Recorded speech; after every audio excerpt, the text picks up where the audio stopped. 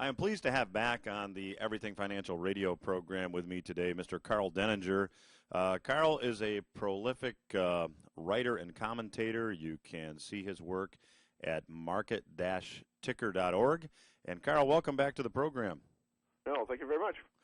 Karl, a lot going on in Europe. In some of the past conversations we've had, we've talked about the fact that the euro, at least in its current form, is going to be very difficult for the currency to survive. We have now a situation in Cyprus where we have seen essentially just outright confiscation of assets, with policymakers picking who loses money and who gets to keep money. Is this the modern-day version of a bank holiday? Are we going to see more of this? I think so. The interesting thing about the Cyprus situation is that it isn't quite what it appears to be. And for listeners, they need to be aware of a few things that aren't being widely reported. You really have to dig into this, especially not in the United States. Cyprus locked all their banks for close to 2 weeks. You couldn't do anything. They literally, had a literal bank holiday like we had in the Depression in the 1930s here in the United States. However, at the same time their banks were shuttered in Cyprus, if you got on a plane and flew to London, branches of the same banks were open, transacting business with no limits at all. So if you had a large amount of money in a Cyprus bank and you knew that they were going to steal it because they told you they were going to steal it, and you had a way to get off the island because you happened to have a few hundred euros laying around that you could, pay your ferry charge with to get off the island, or an air ticket, you could fly to London and wire all your money out from London to somewhere else. And oops, now you can't steal it because the money all seems to not be there anymore. Needless to say, the Russian oligarchs that these people were at least publicly claiming they were trying to hammer likely all did this.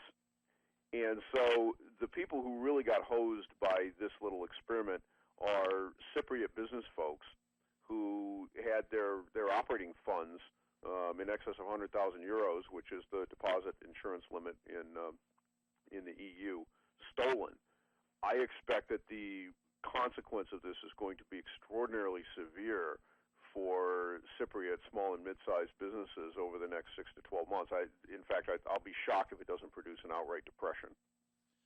So, Karl, based on the statement you just made, then you're expecting that this action will actually cause many businesses to fail. I mean, we're seeing in Italy now, I think I read a report that 1,000 businesses per day are failing. So are you expecting something similar in Cyprus or something worse?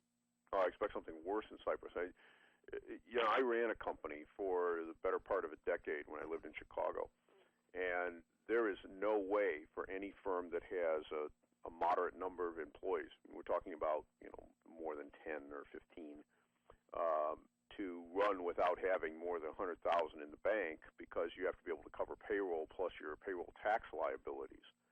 And so you can't do it. It's just not practical.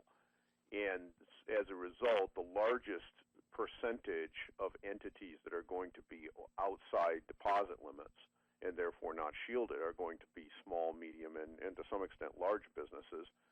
Large multinational corporations, of course, can hold their funds anywhere, and they distribute their assets all over the world to avoid this kind of risk, or at least mitigate it. But if you're a small business, there's no way you're going to avoid this. You're going to get absolutely pounded. And then the bigger problem that's going to show up is that this has now apparently become the model that is expected to be imposed in other parts of the European Union. And so while everybody is poo-pooing it right now, my expectation is you're going to see this show up in Italy and probably Spain over the next year or two. And when it does, that's going to be the end of the Euro experiment as we know it. So, Karl, why are we not seeing, or maybe we are, why are we not seeing just runs on the bank in every country in the Eurozone? I mean, after seeing this, seems like this should be bullish for gold. It's certainly been bullish for Bitcoins, the alternate digital currency. Would anybody in their right mind keep their money in a European bank after this? I don't understand why anybody in their right mind would keep their money in any bank, but I've been saying that for the last couple of years. Why would you keep your money in a bank when they pay no interest on it?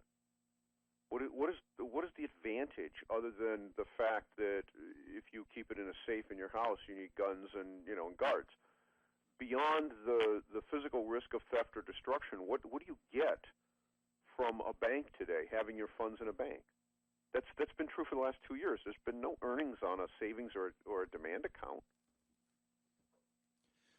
Absolutely true. So Karl, I think one of the things that the listeners are going to be wondering about is if this can happen in Cyprus, if it could potentially happen in Italy and Spain, given that our listeners live in the United States, could we see this happen here? It's already happened here. Are people really that ignorant of history? During the 1930s, FDR not only did this, he then hosed all of the people out of about 40% of the value of their funds. He conned everyone into believing, after he shut down the banks that were insolvent, he conned everyone into believing it would never, ever happen again. Got them all to bring their money back, those people who were smart enough to have withdrawn it and had it in their mattress. Got them to put it back in the banks and then turn around and devalue the currency by 40% without warning. What's the difference between devaluing the currency by 40% and stealing 40% of your money? Karl, let's you're absolutely right, and certainly when you look at historically speaking, what we're seeing now is not all that different, as you said, that happened in the 1930s. It's not all that different than what we saw happen in John Law's France in the early 1700s. It's not all that different than what happened in the Roman Empire 2,000 years ago. So these politicians and policymakers may be tweaking the play, but this playbook's been around for a long, long time. How do you see the whole Euro situation resolving itself in the minute and a half or so we have left? Do you see Germany and the electorate there getting so frustrated that Germany says we're going back to the Deutschmark, or do you see some other ultimate end game? I think ultimately, as things stand right now, that Germany will leave the euro because it is to their advantage to do so. Germany has historically loved the euro because it suppresses the exchange rate of their currency, because they're pinned to it, of course, which makes their exports more competitive. That is an artificial subsidy that comes into Germany and costs virtually every other nation within the eurozone. That will become intolerable because now, along with obtaining that advantage, they're now ending up getting saddled with the cost of all these bailouts, and they don't want to deal with that. They've also got a banking system that is long, both directly and synthetically, through credit default instruments, protection on a lot of these peripheral countries. And so they have very real reasons to leave the euro, go back to the mark, and let the chips fall where they may.